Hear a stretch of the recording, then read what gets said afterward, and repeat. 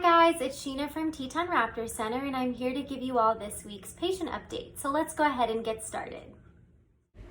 To start things off this week is our juvenile northern goshawk 724, and this young bird was admitted from Wilson, Wyoming with a fungal infection and the bird was emaciated. So we are working on getting this bird to gain weight by giving him or her 4 small meals a day, and we're lucky that this bird is gaining weight nicely.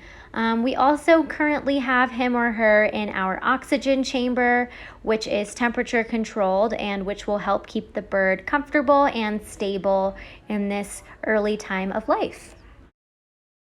Next up, we have juvenile red-tailed hawk 719, and this bird actually recently moved out of the ICU and into an enclosure where he can fly around and is much more mobile, so that's good news. However, he was emaciated upon admit, so we don't want him to fly around too much and you expend too much energy and burn calories. So we are still working on getting him to gain weight, but we won't start flight training until this bird is at a healthy weight.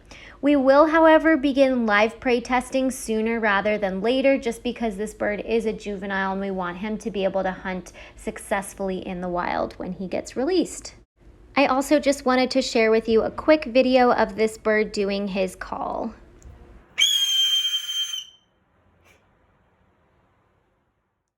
And on that note is our next patient. This is Great Horned 7-8. This bird had a fractured scapula, and although the bone is healing up really nicely, we just want to be able to make sure that the fracture site is fully calloused before we begin flight training. However, you just saw in that photo that the bird is no longer in the ICU. She is perching up high, so that's a good sign that she can move around and fly without that bone or her wing in pain. So that is great to see, and we hope to move her to a larger enclosure soon. Next, we have Swainsons Hawk 625, and this bird was admitted to TRC with 2 different fractures. Although both fractures are healed quite nicely, we're not flying the bird yet as she or he just finished a course of antifungal medication. So we're going to give it a few more days and then slowly we'll introduce flight training for this bird. And here we have Red-tailed Hawk 525. This is our non-releasable bird due to the trauma that he has in that left eye, which you can see in the footage here. The reason he's got some food in his mouth is that we want every experience on the glove for him to be a positive one. So each time he comes out on the glove, he is given food as a reward, and it's totally up to him whether or not he chooses to eat or engages any of the food. And last but not least is our big female golden eagle.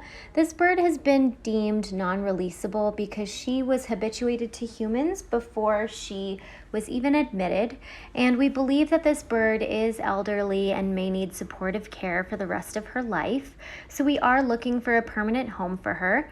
The U.S. Fish and Wildlife Service actually gets first priority so that they can place this bird with native tribes, but they get 30 days in order to make that decision and see if anybody needs her, and if we do not hear back from them or if nobody's interested, then we are able to select a facility that is interested in having her to keep her for the rest of her life.